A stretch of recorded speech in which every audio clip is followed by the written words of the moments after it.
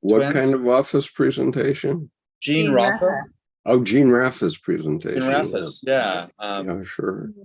Maybe That was a long time ago. It was. That was 18 months ago or something. Oh, it was a while. Yeah. Okay, so good morning, everyone out there in YouTube land. We're sorry to be a little late. That was entirely Skip's fault. And I was intending to be here, but I got carried away in a conversation with my wife and never got here until now. So today we're continuing on with our reading of Synchronicity. And let's see, I do have the book. Okay, so it's an independent book here. And it's also what's happening? I'm feeding back somehow. Okay. And it's also in the volume 8 of the collected works of C.G. Jung. And so I guess we should get on to that topic. And Susan, it is just great to have you join us today for however long you can make it. So the way we've been handling this, Susan, is that we've been reading paragraphs and then commenting on them as a way to learn. So what I will do is read paragraph 855, which is where we are in volume 8 or in the Synchronicity book. 855. Synchronistic events rest on the simultaneous occurrence of two different psychic states. One of them is the normal probable state, i.e., the one that is causally explicable, and the other, the critical experience, is the one that cannot be derived causally from the first. In the case of sudden death, the critical experience cannot be recognized immediately, as extrasensory perception can only be verified as such afterward. Yet, even in the case of the scarab, what is immediately experienced is a psychic state or psychic image, which differs from the dream image only because it can be verified immediately. In the case of the flock of birds, there was in the woman an unconscious excitation or fear, which was certainly conscious to me and caused me to send the patient to a heart specialist. In all these cases, whether it is a question of spatial or of temporal ESP, we find a simultaneity of the normal or ordinary state with another state of experience, which is not causally derivable from it, and whose objective existence can only be verified afterward. This definition must be borne in mind, particularly when it is a question of future events.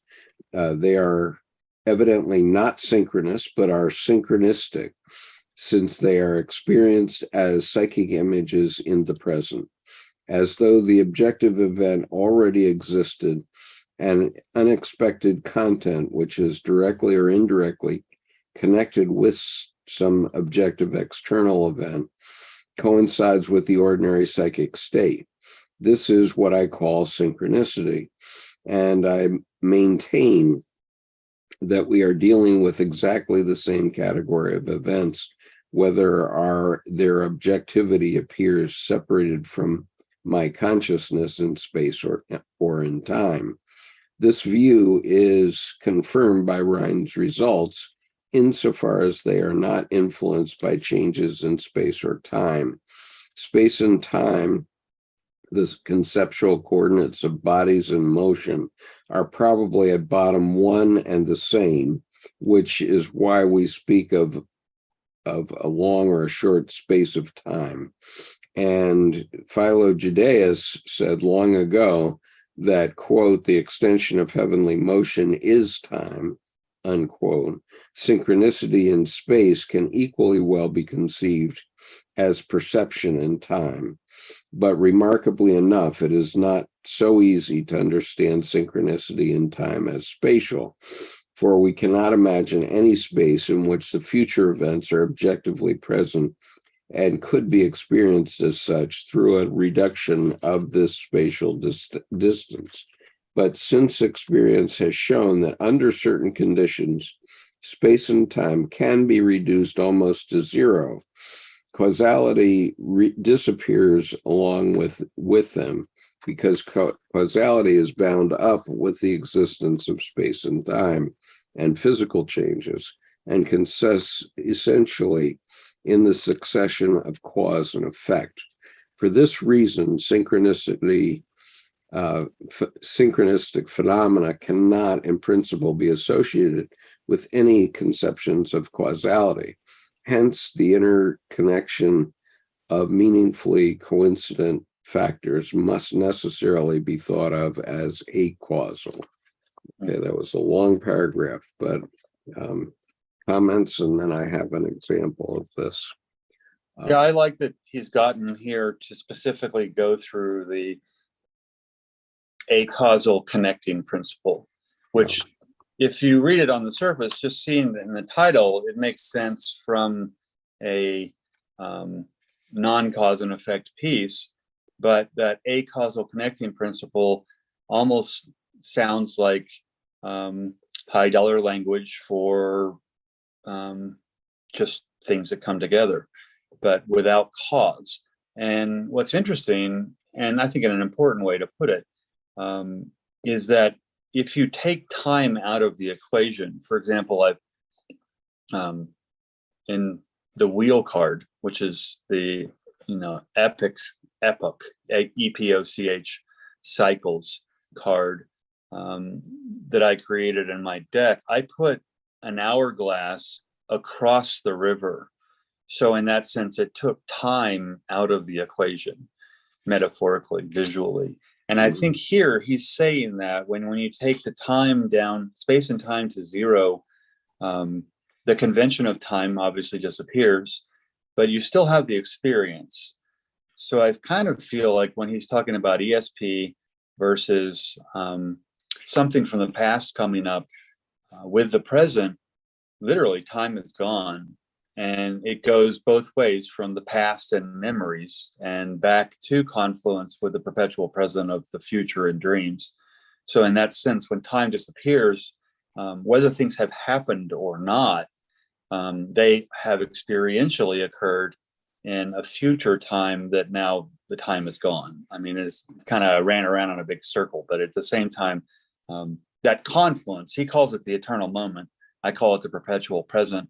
The confluence of memory and the confluence of dreams, when they come together, I think that's the perpetual present, and it needs no time. It just has its own event of living. And I think that's where then these synchronicities will highlight themselves and almost appear almost like gold nuggets in a gold pan. Right. Susan, do you want to talk about this before I give my example? I was just sort of thinking, the value of synchronicity is that it really does give us pause and to sort of consider how meaningful asynchronicity is, and that it also seems to be not bound by time and space. I mean, I love those the perpetual, what did you say? The perpetual present. And what was the other one? The eternal moment is what Jung had called it. Moment. Those are just seem to encapsulate in a sort of a way when a synchronicity happens and it has deep meaning, then it does feel as if, for me, it feels as if I'm in the presence of something very, like infinity and eternity, while still being in the perpetual present. Yeah. Well, I quote an example of this on video, and it is in my video on this YouTube channel called "Finding the Living God." I spliced it in, but I'll explain what the situation was. So in 1995, I had an extra half day or something, so I went into the Boston Museum of Art, and there happened to have been a display of modern artists, in the famous modern artists, and I walked. There were modern art has sort of left me cold, largely. I didn't quite grok it up until that time, and particularly the work of Jackson Pollock. But that specific day, I was opened up to experience first, and then I had the following experience. But the first thing was that I went into a room that had a piece by a man called Theron, I think it is. And it's a simple table and chairs, wooden table and chairs, but it's 3 times normal size. So you walk into it, and you walk up to the chairs, and the seats are here at eye level, and you walk under the table, and instantly I felt like I was 3 years old. Boom. Okay. I just had that emotional feeling that I was 3 years old and I was in my parents' dining room. Okay. So I'd had that experience of being opened up to that idea. And then I walked into the next gallery, and there is Jackson Pollock's number 31. Okay, and it's quite a large piece. It's not particularly beautiful in color. It's mainly greens and browns and whites, and there's not a lot of other colors in it. But I walked into it, and instantly I began to weep uncontrollably. And I had no idea why that happened. And I was so overwhelmed that I simply had to sit down on a bench that was there. And I was looking at the piece. I said, why am I weeping over this image? Because I never weep in museums. I mean, I know of other people that weep constantly when they go to a museum, but I never weep. But all of a sudden, this was 10 minutes of just uncontrollable weeping, and I did not know what it was. And so, speaking of the gold nuggets, Jordan, I described this situation to a number of people over many years, and it just sort of washed away. Nobody really connected with it. And then more than 20 years later, in 2016, in one of my earliest sessions that I did with people on at my local pizza restaurant, I just described what had happened, just as I did. And one of my friends, who is an artist, all he said was olive drab. And instantly I got it. Okay. Instantly I realized that my weeping, and I began to weep at that moment again. When he said olive drab, you can see me just being overwhelmed and starting to weep again in that instant. And so that's what I caught on video. And I say, I think you've got something here. And I realized that experience of seeing that piece was connecting me with the death of my roommate from the basic school in Vietnam, and the fact that I had never mourned for his death up until that point. So he was killed on April 11th, 1969.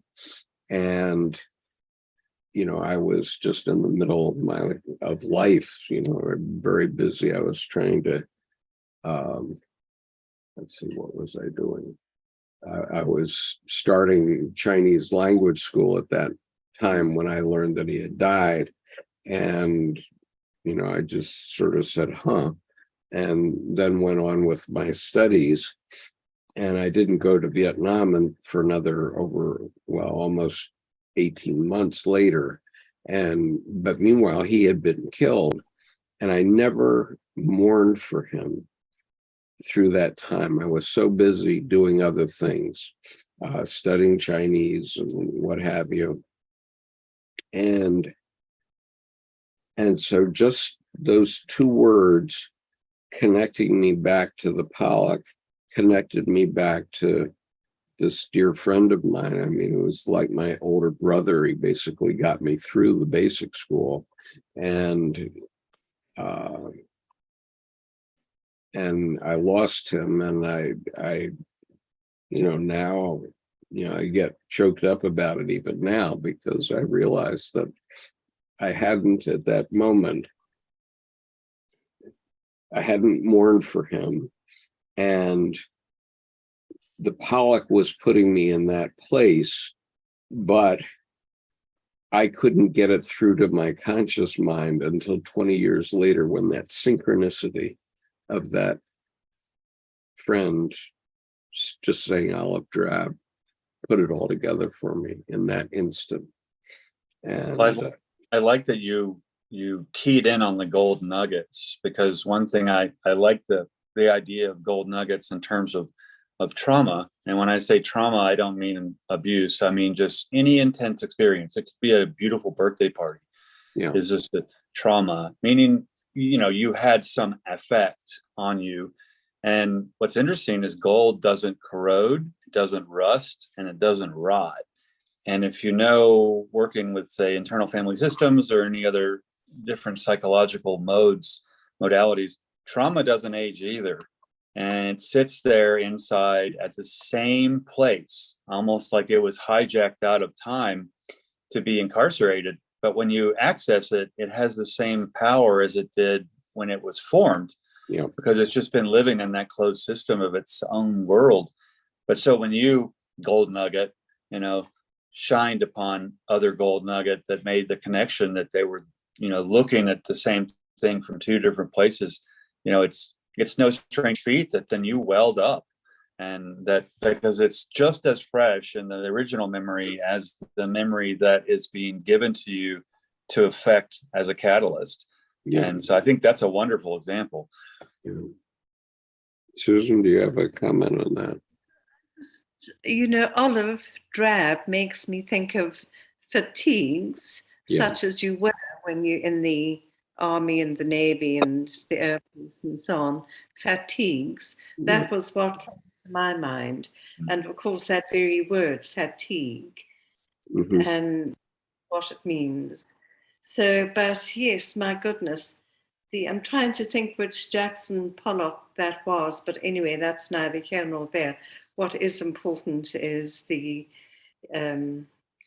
profound effect that it had on you, Skip. And wonderful that did happen, and that somebody at the pizza place said olive drab, and you made the connection. Yeah, that was the moment that it just all flowed together in one instant. And I think that goes along with that quote when, Jackson Pollock's wife comes up behind him and it's like, Jackson, your paintings, they have to look like something. They have to, and she stops. And they have to include nature. You have to include nature. And he's like, I am nature. Right. And the thing is, that's not an egomaniacal statement. He reconnected himself. I mean, I laugh that sounds like a bold statement, and in modern culture, I guess it is. But a lot of times, civilization with too much asphalt, concrete, and etc., without enough nature, people don't understand how intuitively and instinctively irritated their bodies are because they're separated from nature. And I think in that, then civilization causes uncivilized behavior because people are irritated, not by their job or by people, but because they haven't, stepped around a rock or, picked it up and watched all the creepy crawlies come out or seen an apple, out in an orchard or, what have you. But that when he says, I am nature, I mean, I love that scene. Yeah. Well, and I mean, the remarkable thing about that was that Pollock's unconscious communicated to my unconscious directly without going through either of our conscious minds, because Pollock was 40 years dead already when I saw the image the first time. So yeah, it's like you both walked through the forest, and it didn't have to be the same forest, but you each walked through a forest inside, I mean, so to speak. Right. And so anyway, you mean to do 856? Yeah, please. Here, for want of a demonstrable cause, we are all too likely to fall into the temptation of positing a transcendental one. But a, in quotes, cause can only be a demonstrable quantity. A transcendental cause is a contradiction in terms, because anything transcendental cannot, by definition, be demonstrated. If we don't want to risk the hypothesis of acausality, then the only alternative is to explain synchronistic phenomena as mere chance, which brings us into conflict with Rhine's ESP discoveries and other well-attested facts reported in the literature of parapsychology. Or else we are driven to the kind of reflection I described above and must subject our basic principles of explanation to the criticism that space and time are constants in any given system, only when they are measured without regard to psychic conditions. That is what regularly happens in scientific experiments.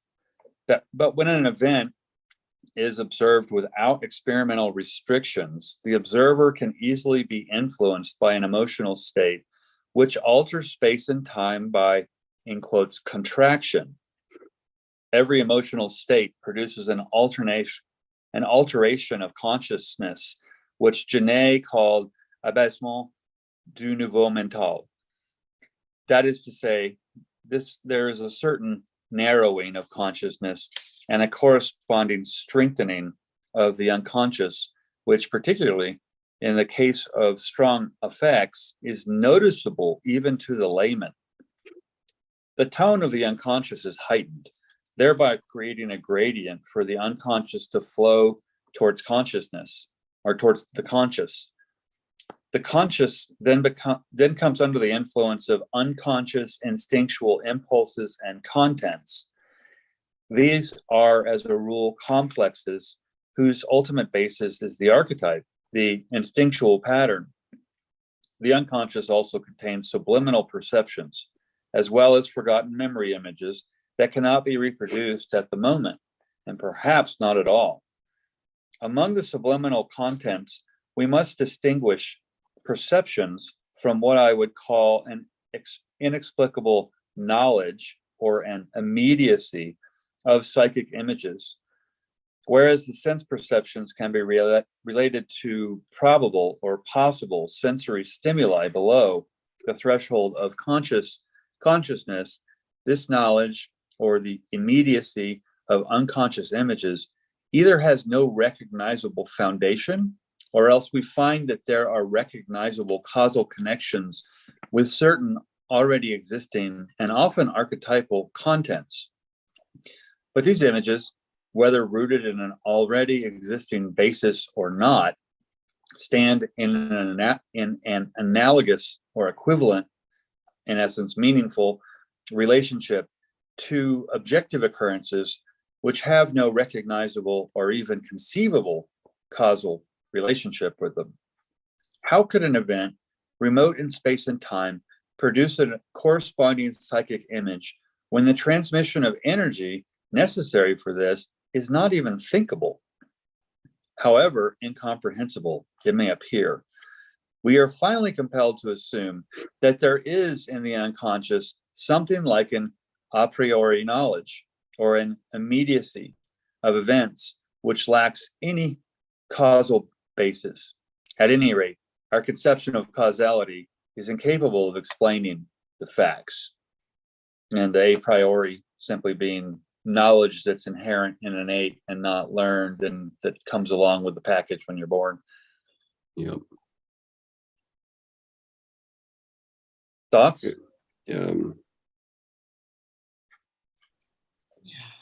Actually, I think I said everything I have to say in my last set of thoughts, because this is further describing the situation that I was in, I think.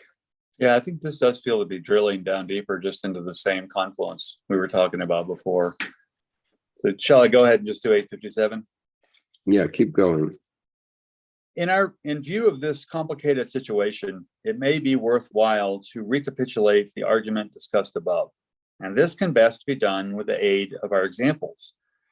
In Ryan's experiment, I made the assumption that, owing to the tense expectation or emotional state of the subject, an already existing, correct, but unconscious image of the result enables his conscious mind to score a more than chance number of hits. The scarab dream is a conscious representation arising from an unconscious, already existing image of the situation that will occur on the following day. In essence, the recounting of the dream and the appearance of the rose chafer, the scarab. Mm-hmm. The wife of the patient who died had an unconscious knowledge of the impending death. The flock of birds evoked the corresponding memory images, and consequently her fear. Similarly, the most simultaneous dream of the violent death of the friend arose from an already existing unconscious knowledge of it. Right. Yeah, I couldn't figure out this story of the scarab for quite a while. I mean, I read it, of course, early in my reading of Jung, but it took me quite a while to understand it. But, I do see now, based on my own experiences, which I only started to have my own experiences when I had read something about Jung, so I knew something about these things. And so the scarab, the actual living scarab appears in a moment that connects with this woman's dream, I guess, is the way it worked. Yeah, and I think that's exactly how it worked. And I think also, if you look back to ancient Egyptian just mythology, hieroglyphs, and just how they lived, the scarab was always used. They'd have a palm-sized heart scarab, and the cover charge, basically, to the afterlife for the pharaoh or the empress was written on the bottom of it, so that they couldn't screw up their entry, basically. So what they did is they removed the heart, but they would take a cobalt blue, some kind of either jade or I'm losing the name of the stone, the other blue one. I have a turtle with it, but anyway, the deep blue stone, and that would be the water of life, and they would carve the scarab out of that, and it would be the heart scarab. Mm-hmm. But what's interesting about that is that one little package, if you look at the human skull from the top and you look at the sutures, the one across side to side and the one sagittally, from the front to the back, the three sutures of the human skull, or the two sutures that make the three parts, look like the head of the scarab and the two wings. And so you have the head appearing, but they put it in the place of the heart, and the words then go on the bottom. So in a sense, they're mixing the head and the heart in one piece of stone, which is nature. And they install that where the heart was in the pharaoh before they they finish the wrapping process. So I wonder if that, that description you said, which was very, to me, clear and simple, goes along with the fact that the scarab is literally a visual representation of the human skull. Mhm. And then put with the words on the bottom and set into the chest, it's the heart and the head together. Basically the flight, the air, the intellect, and also the ground, the soul, the nature, which is the heart. Okay, that's very interesting factoids, Jordan, but I'm having a hard time connecting it up with synchronicity. Well, I think that when the scarab flew in, that it's such an inherently archetypal image. Yeah, that she just knew. I mean, it flies in, you see the mind open because the wings are open. Yeah. And that's a whole guarded shell that opens up and the wings come out from underneath Right, it. okay. And so I think that what happened is the flying scarab is a symbol of psychic activity or psychological activity or inner activity, to make it even simpler there. And then, of course, Jung grabbed it and said, here's your scarab. Yeah, here's your scarab. And so, boom, she got it. I mean, so literally nature went, oh, here, I'll throw you a bone, but in the form of a scarab. Yeah. So Marco here says the color may have been lapis. Lapis, thank you. Yeah, lapis lazuli. And so one stone in the heart, one in the head together. Is that the philosopher's stone? Well, I think that the philosopher's stone is a metaphorical way of referring to the self, is it not? Yes. Yeah, because it's completely formed, always forming. So always complete, never finished, forever. I mean, lifelong. And rather than one stone in the head and one stone in the heart, it was putting the words on the bottom of the scarab so that it was just one stone. But yeah, the philosopher's stone is a different thing. That was a symbol of the heart and the head united. But the philosopher's stone, yes, is a symbol of the self. Or just the psyche, even, the way the operations work within the psyche. Okay. Susan, do you want to read the next paragraph or shall I do it? I had a quick look at my various books to see if I had. Oh, you don't? Okay. But something I do want to say was that in terms of those feelings, synchronistic events, that it also has a sense of the déjà vu about it. Yes. And always such an interesting feeling, as if I've been here before. And did I dream this? If I think back, can I relate it to anything? And the answer is no, I can't. And so, but there is a feeling of familiarity about it. Mm-hmm. So that was just across my mind just now. That's an interesting observation with déjà vu, because literally translated from the French, it means already seen. Déjà is already, and vu obviously seen in the past tense. And what's interesting, there's two different kinds of déjà vu. And I'm glad you said, you reach back into your memory and you can't find anything. One of the ways that some people describe déjà vu, and it's not for all cases, but one of the interesting ones is that you simply missed a synapse, like your brain skipped one connection. And so you have already seen it, but you saw it 2 seconds ago, but then there's this instant forgetting, and then you see it again. So it's as if there's a strobe image where you just saw it twice in rapid fire succession. But what's really strange is the powerful, intense forgetting that occurred with just the one missed synapse, so that it makes two events out of one. So it's in the past, but it was in your last moment past. But it does create such an interesting psychological cascade of, wow, it's been, you get this whole brought back into nature, as it were, like a fresh start, as it would be. Yeah. I have one tremendous experience of this, which I remember back to when I was 3 years old, believe it or not, or maybe 4. I guess I was 5, maybe. But when we were living in Kodiak, we went to see black and white movies a fair number of times with my parents.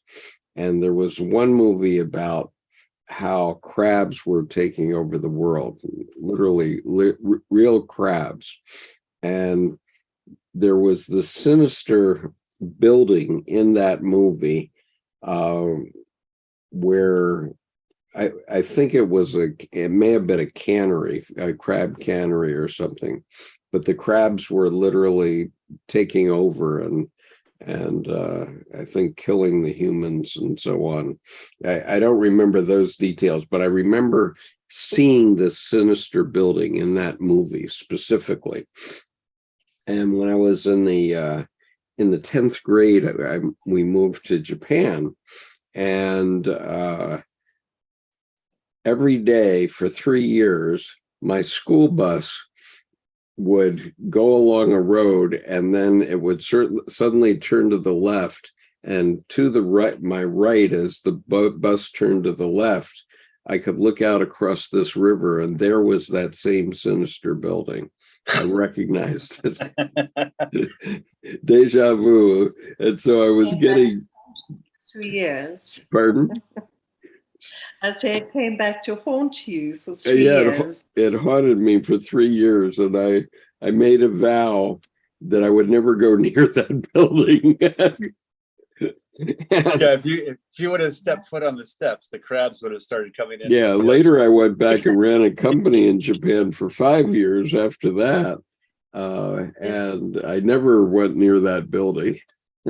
Oh, that's funny. Well, Yeah, that is what's interesting. That's an interestingly creative, sinister thing, because when you see crabs, there is always kind of this oddity of these big eyes sticking up, and they're moving sideways. So everything's already a little creepy. Nothing is they're not locomoting. They're not moving the way that you're supposed to move. But there's no schooling a crab to say, well, why don't you walk forward and backwards like you're well, no, you're not supposed to. That's just what they do. So yeah. I think it's funny that you see that, and just even the way they move and the way they look, if you stop and zone in on them, you can get a pretty creepy feeling really easily. I mean, unless you're just ultra fascinated, curiosity, wonderment. But I mean, when you look at the two eyes coming up, there's this absurdity and this juxtaposition that's so Well, I guess that's I never go to horror movies, probably because during that period when I was like 5 years old, my parents must have taken us to any movie that would come to Kodiak. Yeah, right.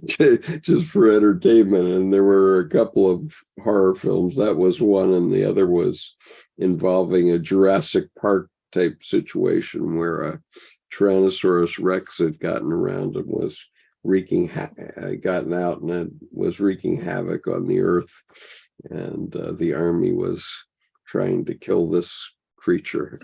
Yeah. Well, that reminds me of the part. Go ahead. Say again. It brings up quite a primal fear. Yeah. Mm-hmm. Yeah. Oh, and I actually did have a primal fear. Okay. Yes, you can see that. And crabs also have that very hard shell, not unlike the scarab. The words are not unlike. But yes, that sideways movement is interesting. Mm-hmm. Yeah. It's like John Carpenter's, in The Thing. When the thing emerges from people's bodies, it always has these king crab legs, and the way it crawls about and moves, and so it has that crab-like movement, which is so unhuman. Well, and I give you another primal fear, which probably does exist in our ancestors that were furry animals at the time of the dinosaurs, because when I was 5 years old, we did not have dinosaur toys. So I had never been exposed to a picture of a dinosaur. As far as I know, I'd never seen a dinosaur at that time. And I had this vision one time where my mother was trying to get us to go to sleep, and in Kodiak in the summertime, it stays light until after 11 p.m. And I remember looking up at the window with the light sort of shining through the shades, and then all of a sudden outside the window, I saw this dinosaur with this really long head or neck and head that went up above the trees. And I'm sure at that point in time, I had never seen such an image of that.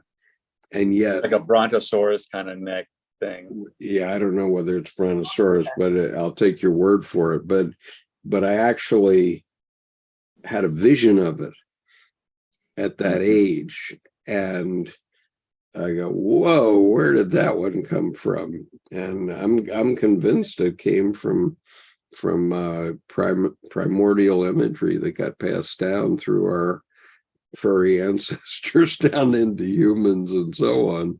Well, there are theories that the separation between, humans and dinosaurs isn't millions of years, that it may actually overlap by 30 or 40,000 there. And whether it's Mayan archaeology or fake glyphs, they have seen like a stegosaurus, the plates on the back and the spikes on the tail in glyphs.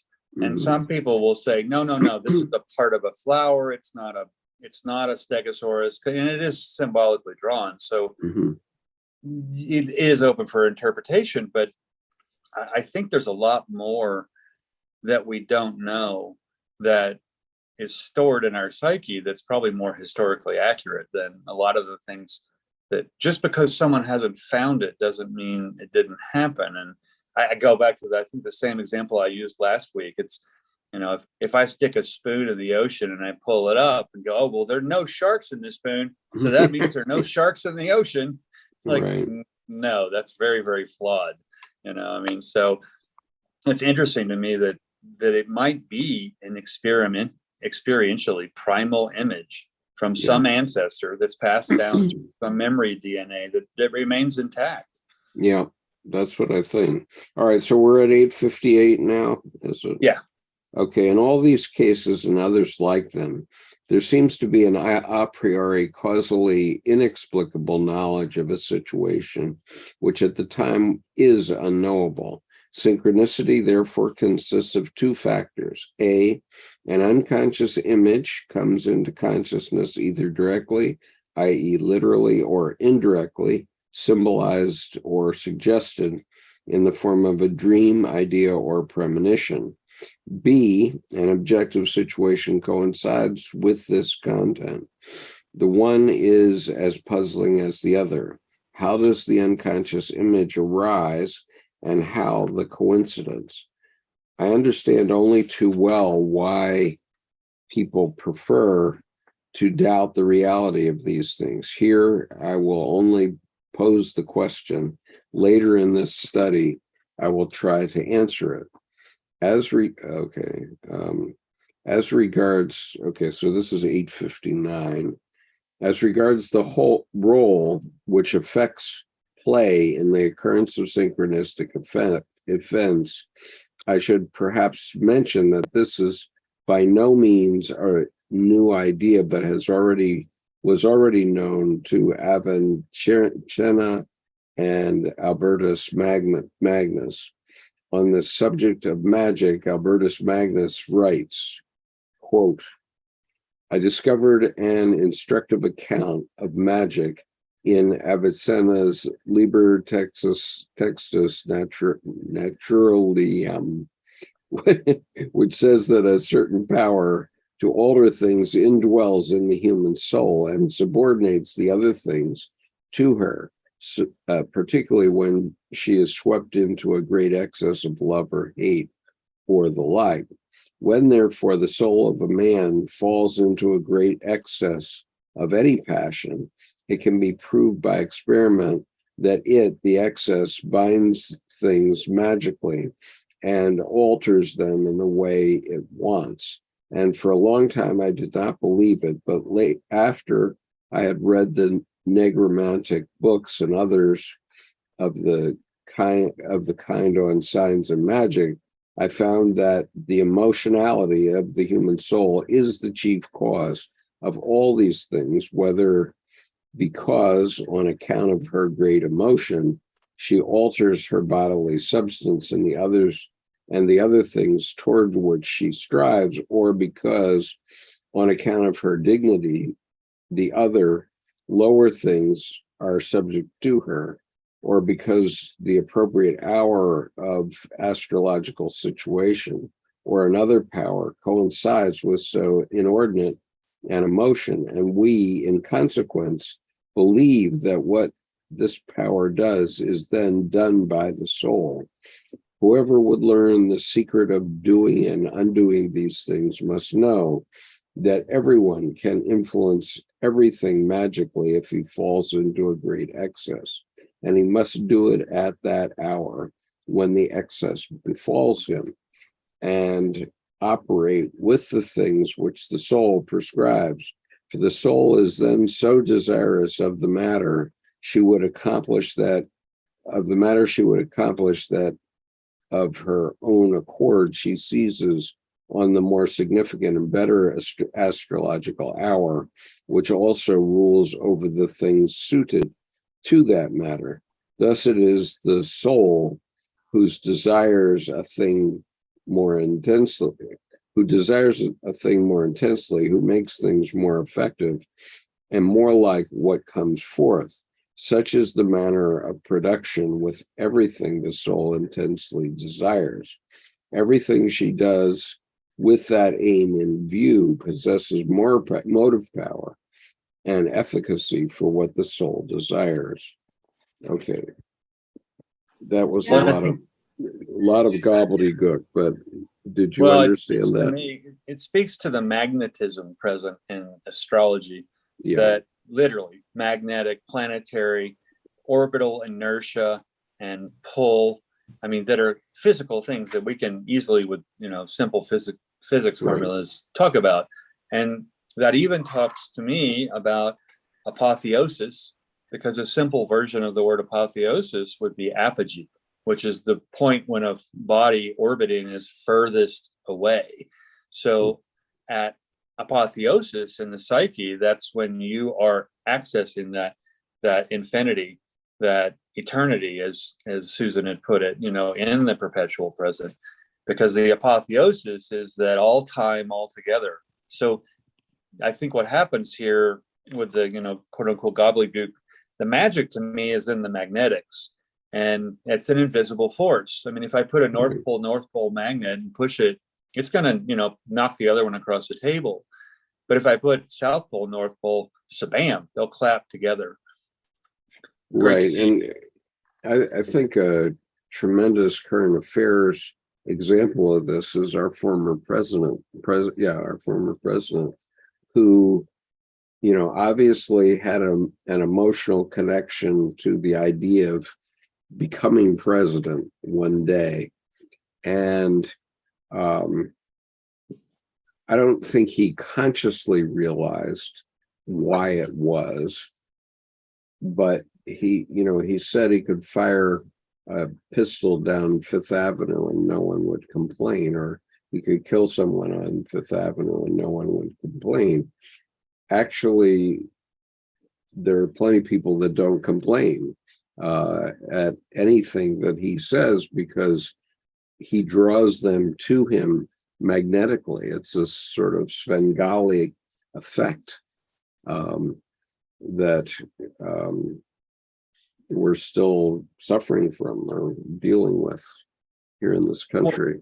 Yeah, and there's a huge amount of inflation going on, just like it's like basically an old fish story. You caught a fish this long, but it was this long in the story. I mean, and people, that unless you get the eyebrows to go up, they don't remember the fact that you caught a trout that barely made size. But if you catch this monster of a fish, then wow. But I think the thing with him and president is, it's the point where I guess little Lord Fauntleroy needed a throne, and that's the most obvious one. And the thing is, But I think you've said this before. It's like 3 years after World War II, you couldn't find a single Nazi in Germany. Yeah. You know? And because Right. that no one would admit to the, you know, the tragedies and the horrors that they had done or they had supported to be done. And so I kind of feel like, you know, a fair weather friend in a way,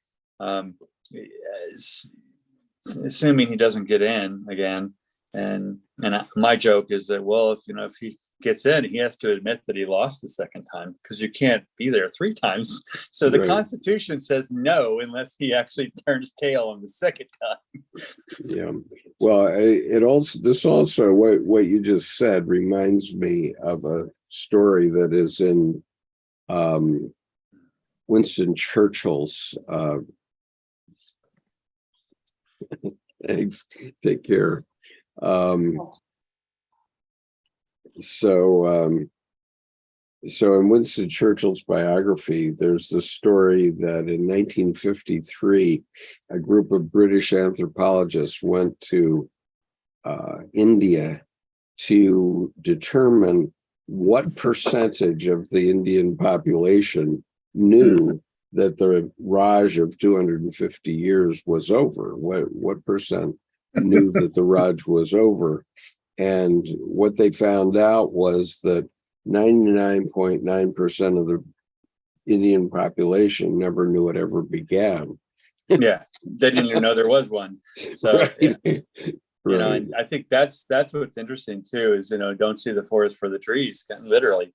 Yeah. I mean, things are as they are on a daily basis. And so when the platoon of the 77th Bengal Lancers rides across the horizon once in 25 years, you don't necessarily know that you're being ruled by them. Well, exactly. And I mean, when my dad was in Iraq, for example, on a teaching exchange, back actually right before Desert Storm, I think, he was in the back of a car with another one of the professors, and he looks up and, he sees all these billboards with pictures of, a picture of Saddam Hussein. And he goes, well, I guess if you're that photogenic, it would be a shame not to repeat your image so much. And the other professor said, yeah, it's 1991 here, but it feels more like 1984. We know he's photogenic, so that's his job. Put up his picture. What that was they had business as usual behind the scenes, and they just didn't make upset waves, in the political scene. But there's that whole, the whole populace doesn't know, or knows and does nothing, because there's nothing they can really effectively do without putting themselves in harm's way. Yeah. So Anders says, why is the scarab in ancient Egypt golden? Well, I was reading yesterday in Jung's Black Book, Volume 5, that gold never does anything. It simply sits there and waits for us to find it. Yeah, and the thing is, gold doesn't rot, it doesn't tarnish, and it doesn't patina, but it does conduct energy and electricity very powerfully. But like you said, until you come find it, it just sits and waits for us to find it. Yeah. Okay, 860. 860. This text shows clearly that the synchronistic, magical happenings are regarded as being dependent on effects.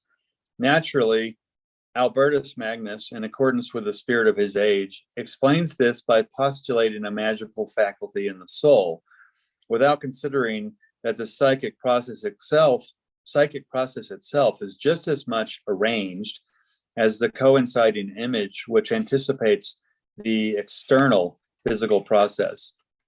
This image originates in the unconscious, and therefore belongs to those cogitones quae sunt nobis independens. So it sounds like independent cogitation, which, in the opinion of Arnold Gulinx, are prompted by God and do not spring from our own thinking. Goethe thinks of synchronistic events in the same magical way. Thus, he says in his conversations with Eckermann, we all have certain electric and magnetic powers within us and ourselves exercise an attractive and repelling force, according as we come into touch with something like or unlike. So North Pole, or South Pole, North Pole.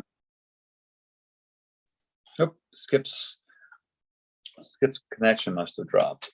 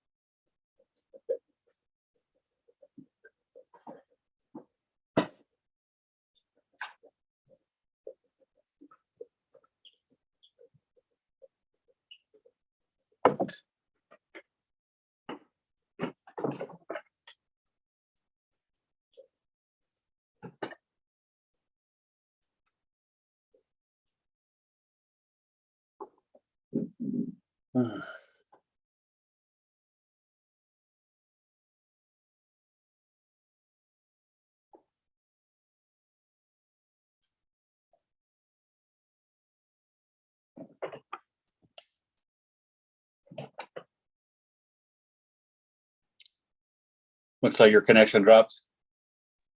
Yeah, can you hear me now? I can. Yeah, I lost my connection. Where are we? Yeah, I just finished reading paragraph 860. Okay, let me get the YouTube Back up. back, and then maybe you have to do that again. Yeah, I'll do Oh, no, wait a minute. Let's see. This says stop live stream. We're not on live stream now. I don't know. I see the record is up there, but